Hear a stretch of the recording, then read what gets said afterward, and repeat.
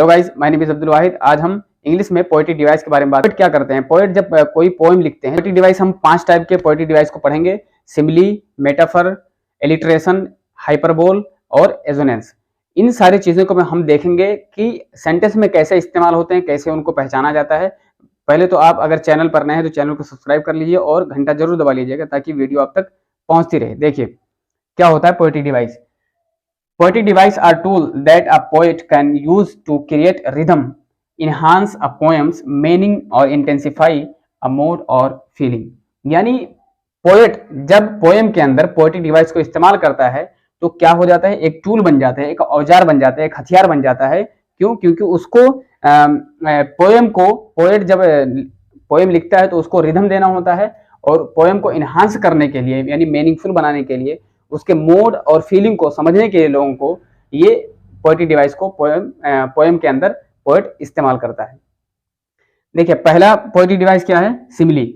यानी इसका हिंदी क्या होता है, उपमा अलंकार। किसी दो चीज की तुलना के लिए हम सिमिली को इस्तेमाल करते हैं। यानी लड़की का चेहरा गुलाब के जैसा था, यानी या लड़की का चेहरा गुलाब के जैसा है। मतलब लड़की का चेहरा गुलाब के जैसा, गुलाब नहीं है लेकिन उसमें तुलना है, मतलब एक कंपैरिजन आ रही है ना। क्या? गुलाब और लड़की के चेहरा एक कंपैरिजन करा रहा है पोएम के अंदर। तो सिमिली के अंदर क्या इस्तेमाल होता है, एज और लाइक। एज और लाइक इस्तेमाल होता है। देखिए एग्जांपल क्या है, the great Khali looks as strong as an ox. Great Khali क्या दिख रहा है, एक ऑक्स के जैसा स्ट्रॉन्ग दिख रहा है। इसमें क्या आया है, एज और लाइक आया है। अगर किसी भी सेंटेंस में एज आया हो या लाइक आया हो तो उसको हम क्या कहेंगे, वो सिमिली है। पहचानने का सबसे अच्छा तरीका, watching the show was like watching a grass grow. यानी हम एक शो देख रहे थे तो वो शो कैसा चल रहा था, जैसे घास बढ़ता हो ना बहुत स्लो, उस तरीके से चल रहा था। मतलब कहने का मतलब कि बहुत बोरिंग था, उस शो के अंदर बहुत बोरिंग फील हो रही थी। तो इसके अंदर क्या है, सेंटेंस के अंदर लाइक, यानी ये भी क्या है, सिमिली है। सिंपल अगर छोटे से लाइन में अगर कहें तो सिमिली को कैसे पहचाना जा सकता है, जिस सेंटेंस में जिस वाक्य में एज या लाइक आया हो उसको हम क्या कहेंगे, सिमिली है। वो क्या है, सिमिली है। लिख लीजिए। देखिए अब हम लोग दूसरा पोएटिक डिवाइस पढ़ रहे हैं, मेटाफर। मेटाफर को हिंदी में रूपक अलंकार कहते हैं। मेटाफर को किसी दूसरे चीज से डायरेक्ट कंपैरिजन करते हैं, डायरेक्ट उसकी तुलना करते हैं। देखिए एग्जांपल के थ्रू समझते हैं। He is a shining star. वो स्टार के जैसा चमकता है। यानी स्टार तो है नहीं लेकिन पोएट क्या कर रहा है, पोएम के अंदर वो बता रहा है कि वो बिल्कुल स्टार के जैसा चमकता है, लेकिन स्टार है नहीं वो। उसको अगर देखा जाए, दिमाग लगाया जाए तो स्टार नहीं होता है वो बिल्कुल, लेकिन फीलिंग करवाता है। पोएट क्या करता है, पोएम के अंदर ऐसे सेंटेंस के साथ हमें फीलिंग करवाता है कि हाँ वो बिल्कुल स्टार के जैसा है। दूसरा एग्जाम्पल क्या है, you have a heart of gold. यानी आपका दिल सोने का दिल है। आपका दिल क्या है, सोने का दिल है, यानी आप सोने का दिल रखते हैं।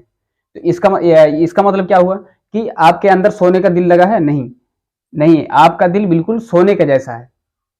आपके अंदर सोने का दिल नहीं लगा है, लेकिन पोएट क्या कर रहा है, वो बता रहा है कि उस इंसान का दिल बिल्कुल सोने का जैसा है। जैसे सोना चमकता है वैसे ही उसका दिल चमकता है, वैसे ही उसका दिल का कलर है। लेकिन होता नहीं है ऐसा।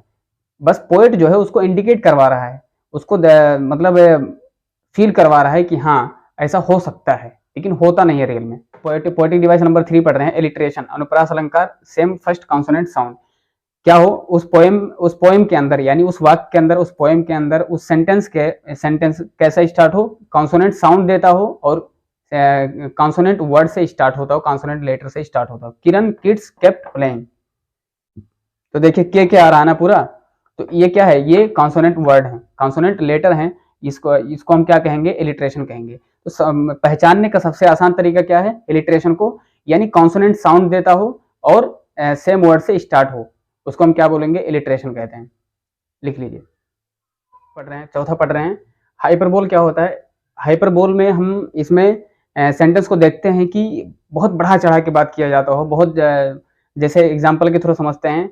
माई brother is taller than the Qutub Minar. मेरा भाई कुतुब मीनार से बड़ा है, कुतुब मीनार से लंबा है। क्या ये सही है? नहीं।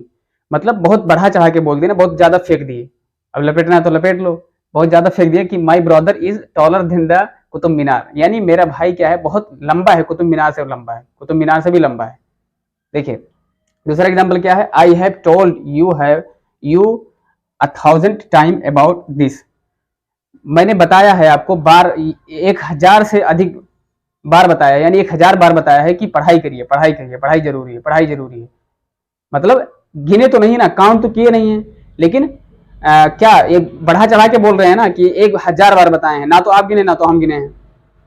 मतलब यही हाइपरबोल में हम क्या करते हैं, सेंटेंस के थ्रू बहुत बढ़ा चढ़ा कर बोलते हैं। पांचवा है एजोनेंस, यानी स्वर सम अलंकार। इसमें क्या हो देखते हैं हम लोग, repeat the same vowel but start with different consonant sound. इसमें क्या होता है, वॉवेल रिपीट होते हैं लेकिन डिफरेंट कॉन्सोनेंट साउंड से, he is, you, cow, now.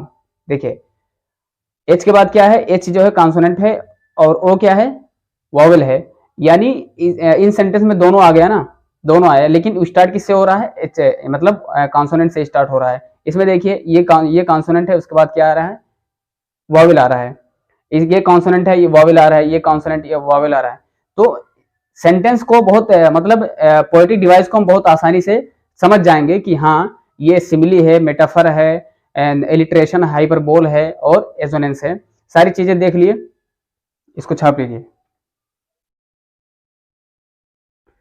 अगर वीडियो अच्छी लगी तो लाइक करना, शेयर करना, कमेंट करना, सब्सक्राइब करना मत भूलिएगा, दोस्तों के पास भी शेयर करिएगा।